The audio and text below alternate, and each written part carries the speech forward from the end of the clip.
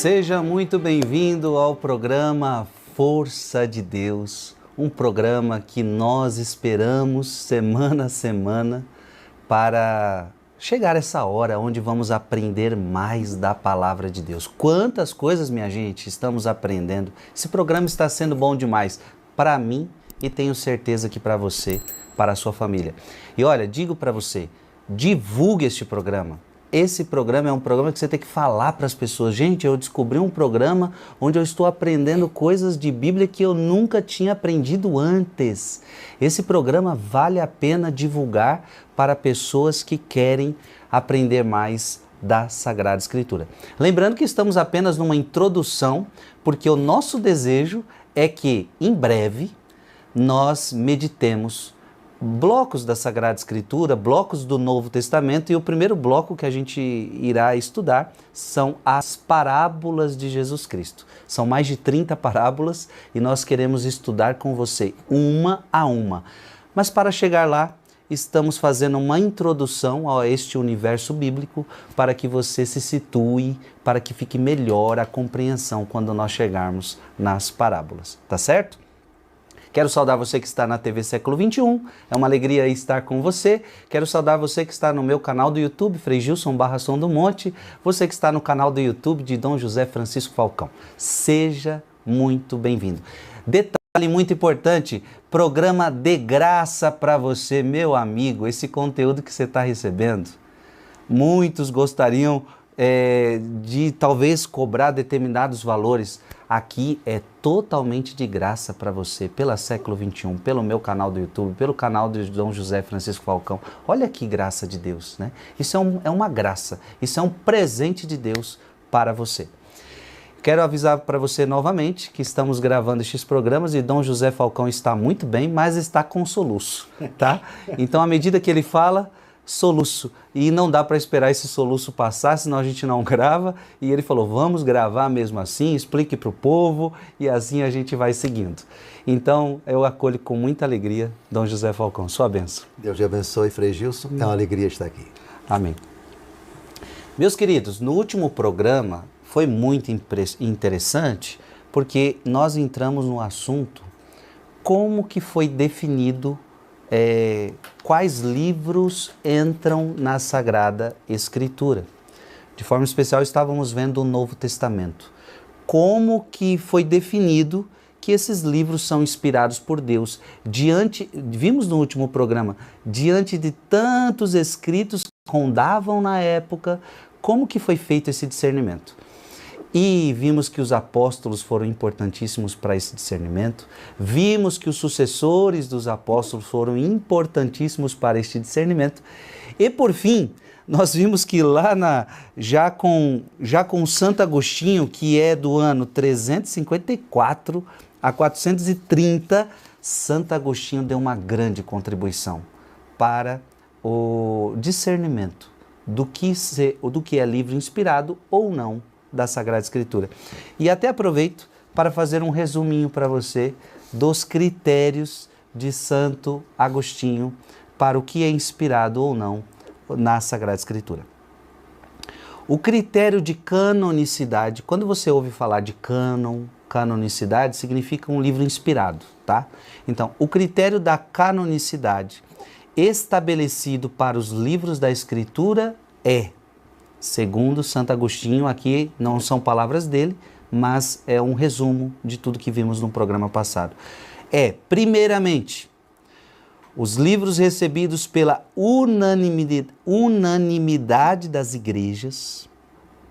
Em seguida, os livros recebidos pela pluralidade das igrejas, incluídas as de sede apostólica, cuja sucessão episcopal remonta a um apóstolo, ou que receberam uma carta apostólica, são os dois indícios que presumem a origem apostólica do cânon das ditas igrejas. Assim, Agostinho é uma das mais antigas testemunhas do cânon completo das Escrituras. A opinião de Agostinho fixou regra para o Ocidente todo. Se você está se sentindo meio perdido no que eu acabei de ler, é porque você vai precisar ver o programa passado. Esse resuminho aqui vai ter sentido para quem viu o programa passado. Você talvez ficou perdido agora, então você tem que assistir o programa que nós fizemos anteriormente a este. Mas para você que está acompanhando, esse aqui já é um resumo e assim a gente começa o nosso programa de hoje. Não é isso, Dom José? Sim, é verdade.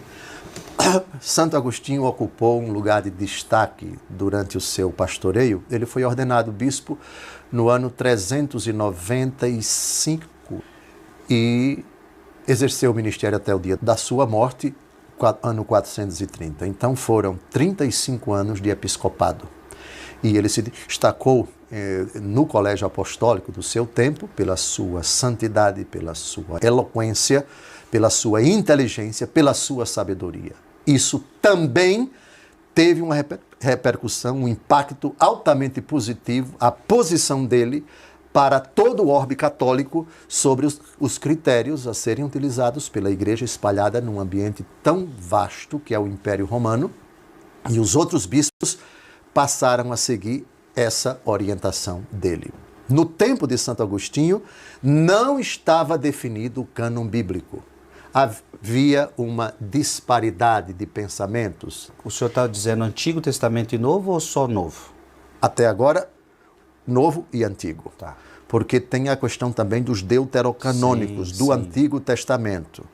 Uma questão que tem sua origem já bem antes do século III a.C. Por quê? Faço aqui uma breve síntese. Os livros do Antigo Testamento, como nós reconhecemos como inspirados, alguns foram escritos em hebraico, outros foram escritos em grego. Alguns foram escritos, a grande maioria, na Terra Santa, outros foram escritos fora da Terra Santa. No ano 250, os judeus que moravam no norte do Egito, na cidade de Alexandria, num ambiente onde não se falava muito pouco hebraico, eles sentiram a necessidade de traduzir os livros escritos em hebraico para o grego. 250 depois de Cristo? Antes de Cristo. É a versão dos 70. Sim. Segundo uma lenda, foram 70 sábios que traduziram os escritos em hebraico para o grego. É a versão dos 70 sábios. Bem, e aí o que é que nós temos fora da Terra Santa? Nós temos livros em hebraico e livros traduzidos do hebraico para o grego. Isso não foi aceito totalmente para os judeus que moravam na Terra Santa. Então nós temos judeus que reconhecem a autoridade da versão dos 70, fora da Terra Santa, e judeus em Israel, e muitos não viam com bons olhos a tradução do hebraico para o grego. Então, do ano 250 até Nosso Senhor Jesus Cristo, nós coexistimos com essas realidades. Sim. Nosso Senhor Jesus Cristo utiliza, e aqui não é o momento, infelizmente não temos tempo para a gente analisar muitas afirmações, muitas citações de Jesus a respeito de textos do Antigo Testamento. Ele cita, segundo a versão dos 70. Uau. E não textos em hebraico. Depois, muitos apóstolos, em várias de suas cartas, citam livros segundo a versão dos 70 e não a versão hebraica. Depois, muitos livros que não foram escritos na Terra Santa, portanto fora da Terra Santa, como o livro do Eclesiástico, como o livro da Sabedoria, não foram excluídos pelos apóstolos como objeto de sua pregação, e vários textos do Novo Testamento contêm livros que foram redigidos fora da Terra Santa. Bom, o que é que nós temos? Nós temos o ambiente cristão com livros reconhecidos por eles como inspirados, sejam escritos em hebraico, sejam traduzidos para o grego. Portanto, os cristãos usando a versão dos 70, que passou a existir no norte do Egito, cidade de Alexandria. Uhum. E aí os judeus, sentindo a necessidade de definir, de fechar, por assim dizer, a relação dos livros inspirados para evitar essa confusão entre judaísmo e cristianismo, o cristianismo nascente, na cidade de Jâmnia, atual Israel, rabinos de uma escola de teologia, digamos assim, eles resolveram se reunir para estabelecer critérios para definir quais os livros para eles deveriam ser considerados sagrados. E aí estabeleceram 4 critérios. O livro não pode ser contrário à Torá, ao Pentateuco. O livro tem que ter sido redigido em hebraico. O livro tem que ter sido... não pode ter sido redigido depois de Esdras e Neemias. Eles estabeleceram esses 4 critérios. Só que os judeus da Terra Santa, ora, com esses critérios, os livros escritos em grego não entravam. Qualquer livro que foi reputado como inspirado pelos judeus de fora da Terra Santa, como os judeus que viviam em Alexandria, ficaram de fora. Ou seja, houve um racha, por assim dizer, na concepção de livros inspirados judeus da Terra Santa, final do século I, Sínodo de Jâmnia, e os outros judeus que moravam fora da Terra Santa, que não levaram em conta esses critérios racionalistas. E isso vai afetar também a posição da Igreja com relação aos chamados deuterocanônicos, os 7 livros do Antigo Testamento, mas isso é assunto para o próximo bloco. Vamos voltar no próximo bloco, porque isso vai resolver nossas perguntas que muita gente tem, o porquê que na Bíblia protestante, por exemplo, tem menos 7 livros, tá? Então, isso que o bispo está explicando resolve já essa questão. Então, é um assunto muito importante e nós retornamos no próximo bloco, tá? Não saia daí, fica com a gente.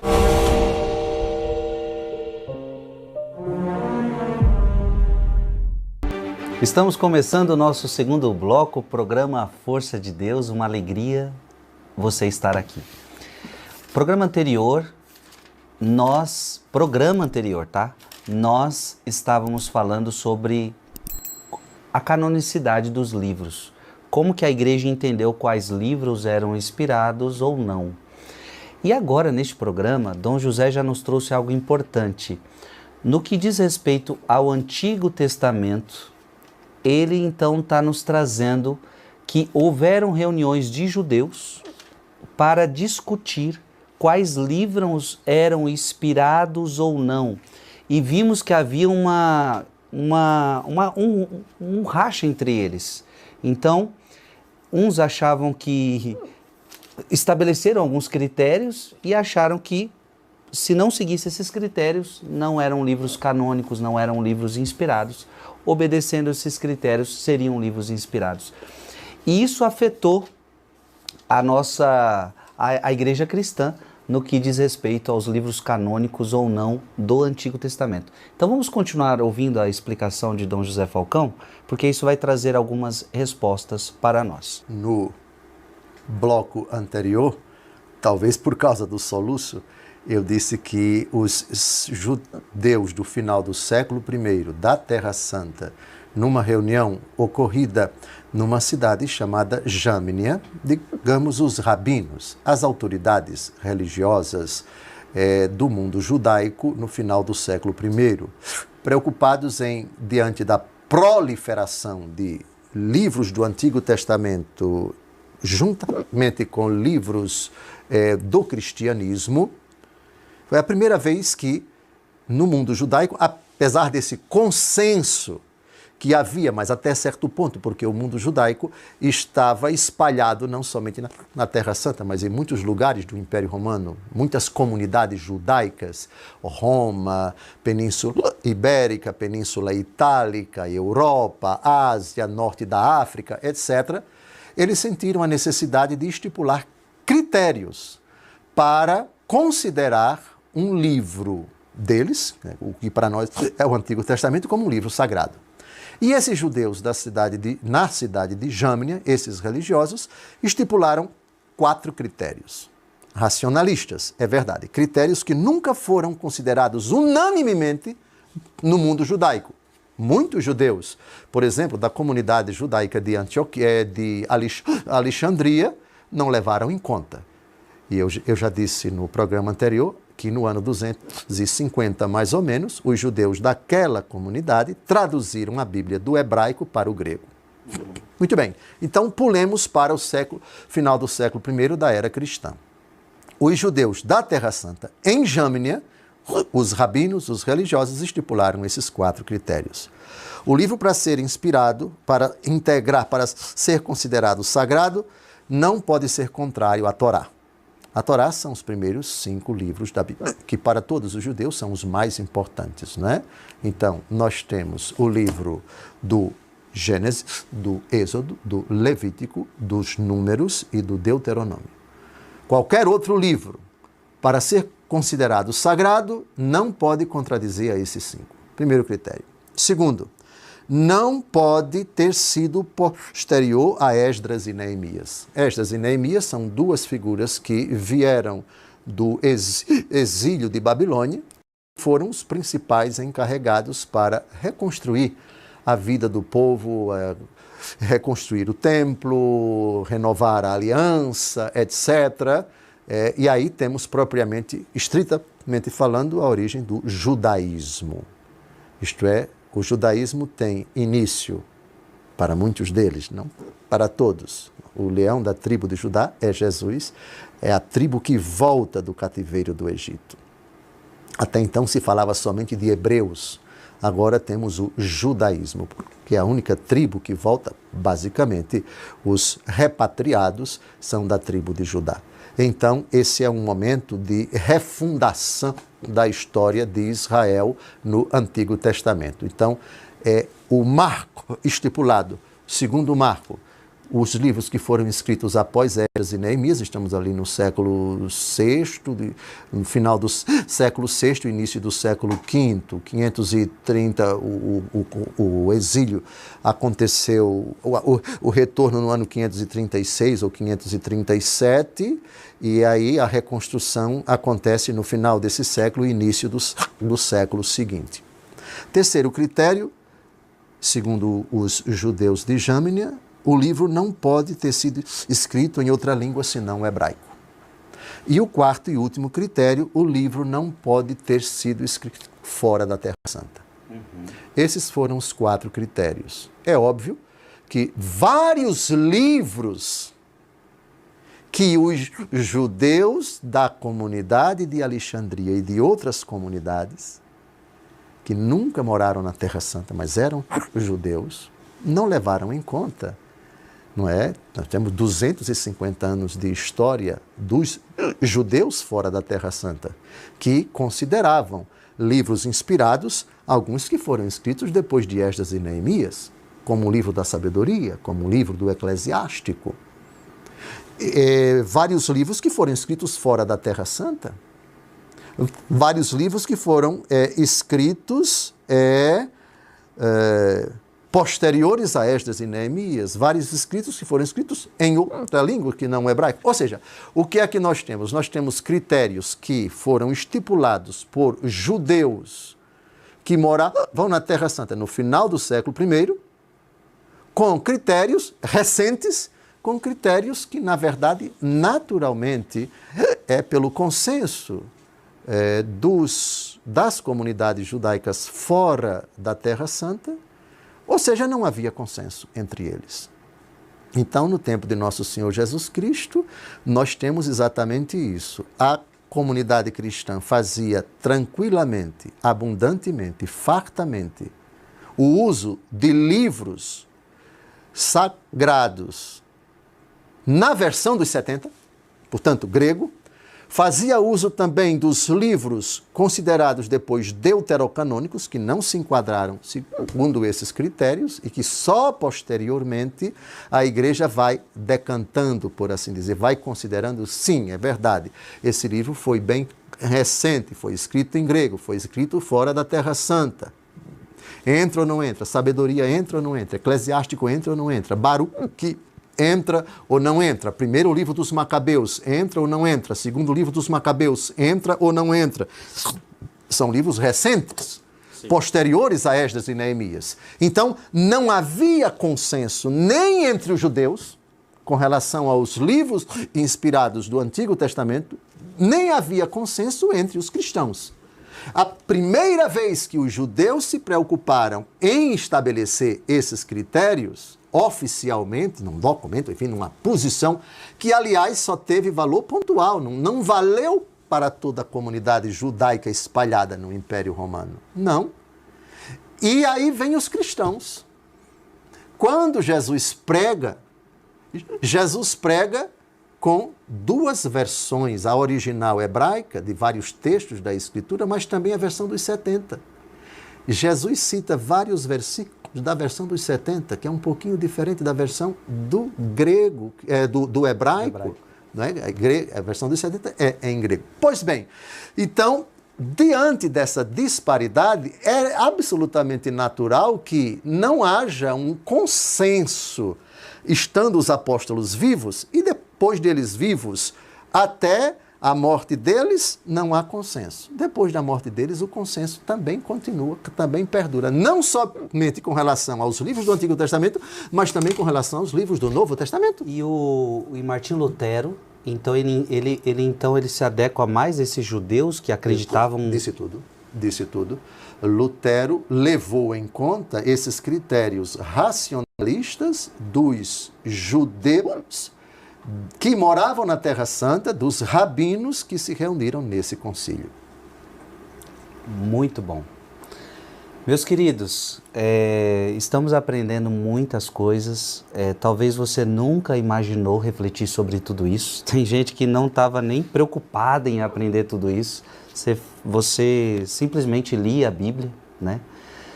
Só que é importante, não é? Você entender como que isto foi gerado, né?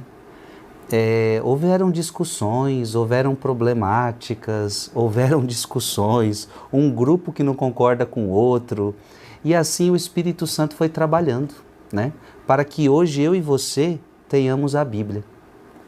Então muita gente acha que para esse texto ter chegado às suas mãos foi simples, ainda mais em português, como eu tenho aqui em minhas mãos, né? Então olha o que Dom José está falando, um livro que foi escrito em hebraico. De repente, um grupo de judeus transforma isso em grego e, de repente, isso... Meu Deus, quanta história, quanta luta, quanto que o Espírito Santo precisou trabalhar em homens tão frágeis e pecadores. O programa está sendo bom demais, não acabamos ainda, tem muita coisa para a gente ver. Então, vamos dar um breve intervalo e nós já retornamos com este assunto.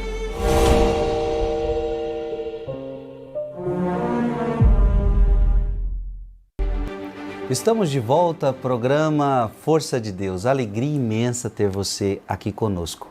Minha gente, estamos tratando de um assunto tão importante que é a dúvida de tantos católicos e de tanta gente.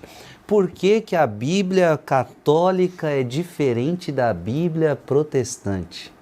Então, a Bíblia protestante tem 7 livros a menos. Por que tudo isso? Dom José, nos blocos anteriores, nos explicou de onde vem toda essa confusão. Então, veja que isso é uma briga judaica há 250 anos antes de Jesus Cristo, né? Então, o que acontece? Aprendemos que Martinho Lutero adotou a visão desses judeus que moravam na Terra Santa. Eu queria começar aqui, então, trazer para você, para começarmos esse bloco, quais são esses livros que não estão na Bíblia protestante que Martinho Lutero, então, adotou isso. Então, para eles, não são livros inspirados por Deus, para eles são livros apócrifos. Então, e a igreja entendeu diferente a história. Tobias, segundo, Judite, terceiro e quarto, né? Primeira e segunda Macabeus, livro da sabedoria, Eclesiástico, Baruque, algumas adições de Esther e algumas adições a Daniel. Por exemplo, Daniel 3, versículo 24 a 90, Daniel 13, Daniel 14. Isso que eu estou trazendo não tem na Bíblia protestante.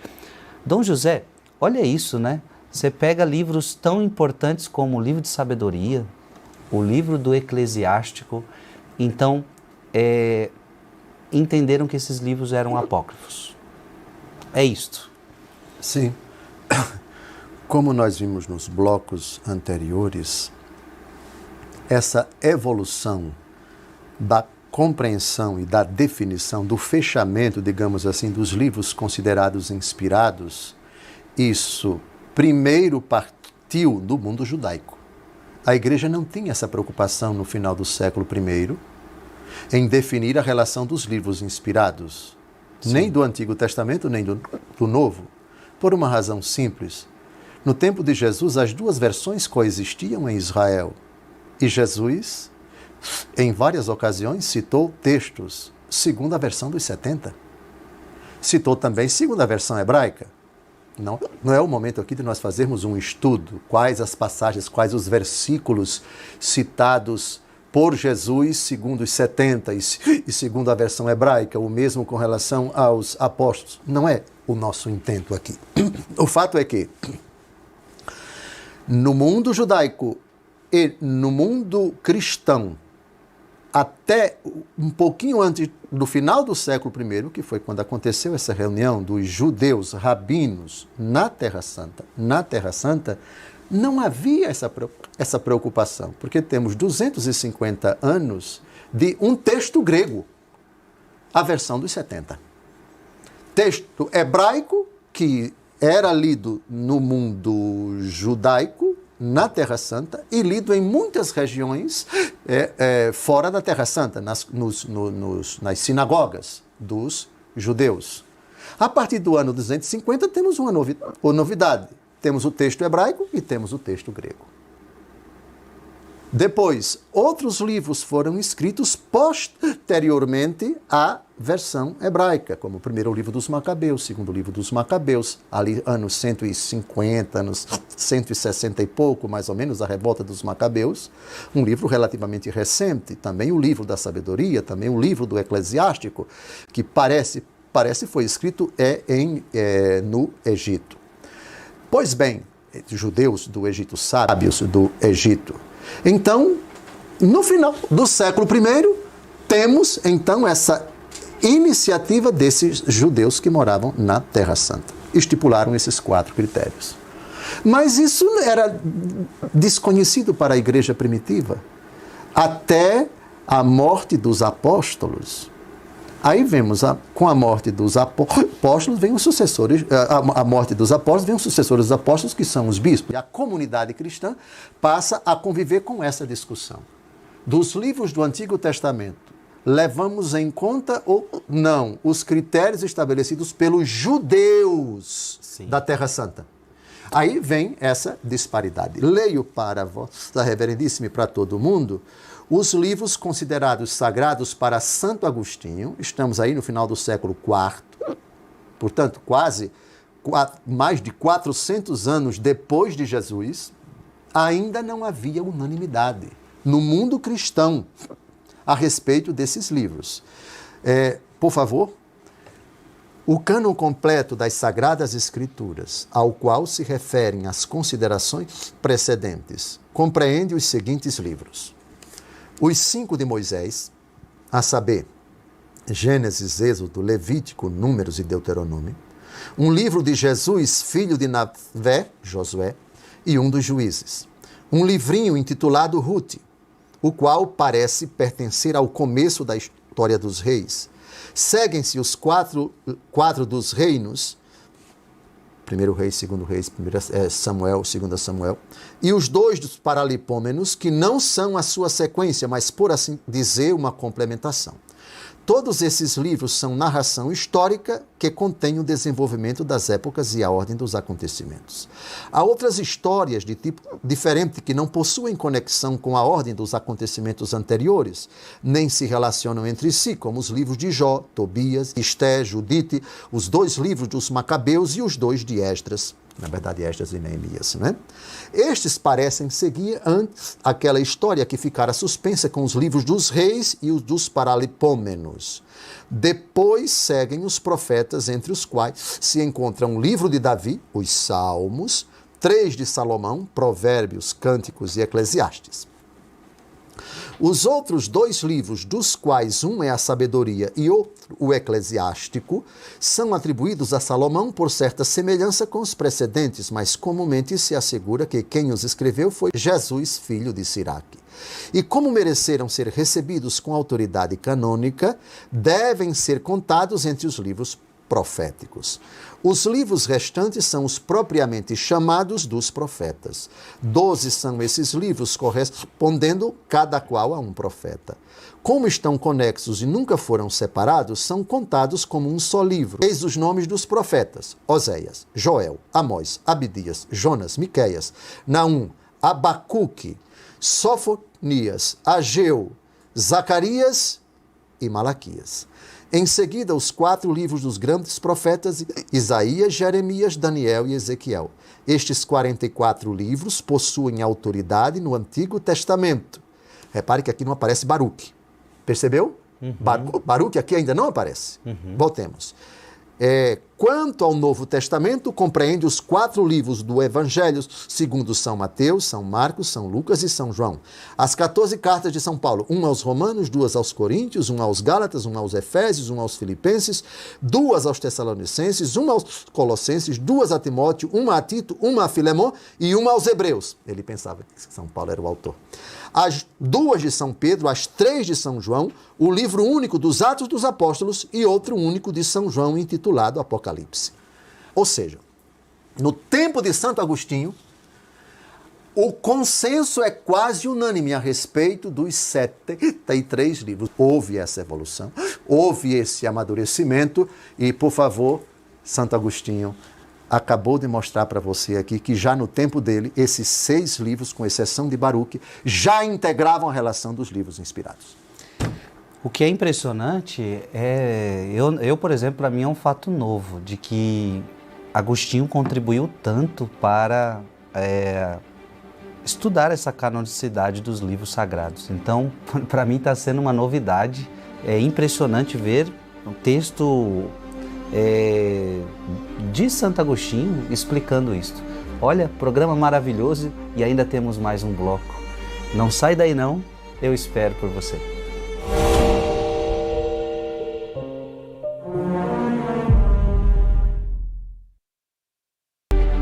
Estamos de volta, o nosso último bloco. Esse programa está muito especial.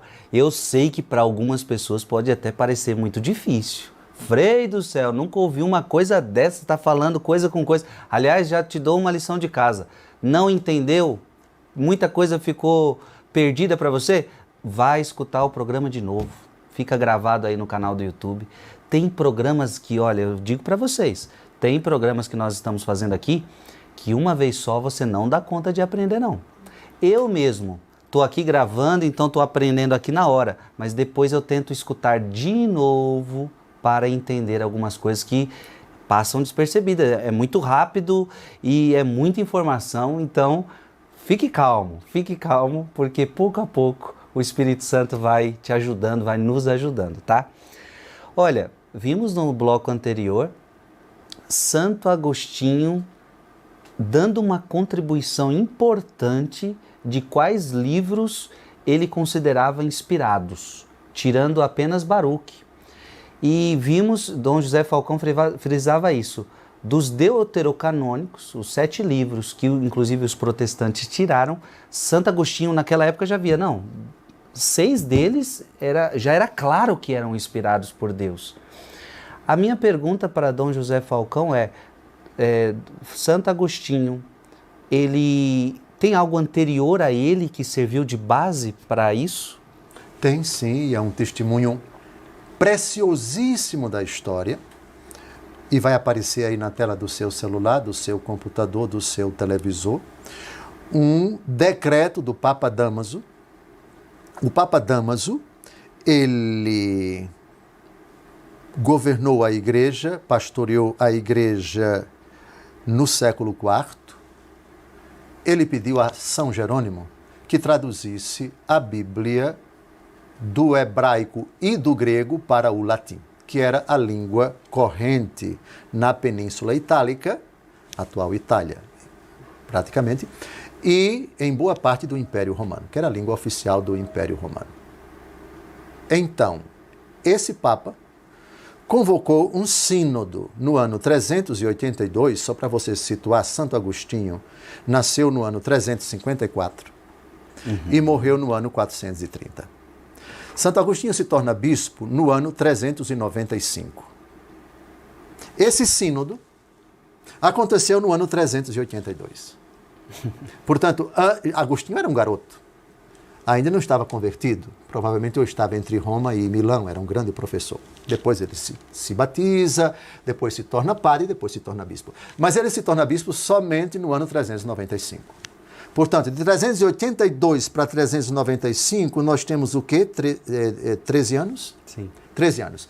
13 anos antes de Santo Agostinho se tornar bispo, os bispos da Península Itálica e dos arredores ali, vamos chamar França, atual Espanha, Península Ibérica, por ali, eles se reúnem em Roma. E esse sínodo ratifica, quer dizer, publica, incorpora na relação dos seus documentos o decreto do Papa Dámaso a respeito dos livros inspirados. Vão aparecer aí essas palavras. Preste atenção. 13 anos antes de Santo Agostinho escrever o que nós citamos no texto, no bloco anterior. Agora tratemos das Escrituras Divinas que a Igreja Católica Universal deve acolher e o que deve evitar. Atenção, quase 1.200 anos antes de Lutero, viu? Era isso que eu queria salientar. Gente, vai entendendo que aqui não tem protestante, aqui não tem nada disso. Você veja que é a Igreja Católica o tempo todo. Maravilhoso. Agora tratemos das Escrituras Divinas que a Igreja Católica Universal deve acolher e o que deve evitar. Começa a ordem do Antigo Testamento. Gênesis, um livro. Êxodo, um livro. Levítico, um livro. Números, um livro. Deuteronômio, um livro. Josué, um livro. Juízes, um livro. Ruth, um livro. Reis, 4 livros. Samuel, 2. Reis, 2. Paralipômenos, Crônicas, 2 livros. 1ª e 2ª Crônicas. 150 salmos, Saltério. 1 livro, o Saltério. Salomão, 3 livros. Provérbio, 1 livro. Eclesiastes, 1 livro. Cântico dos Cânticos, 1 livro. Sabedoria, atenção aqui, os protestantes. Sabedoria, 1 livro. Eclesiástico, 1 livro. Igualmente, a ordem dos profetas, Isaías, 1 livro. Jeremias, 1 livro. Com as sinotes, isto é, as suas lamentações, que é outro livro. Ezequiel, 1 livro. Daniel, 1 livro. Oséias, 1 livro. Jonas, 1 livro. Naum, 1 livro. Joel, 1 livro. Abdias, 1 livro. Jonas, 1 livro. Naum, 1 livro. Ambacum, que é Abacuque, 1 livro. Sofonias, 1 livro. Ageu, 1 livro. Zacarias, 1 livro. Malaciel, ou Malaquias, 1 livro.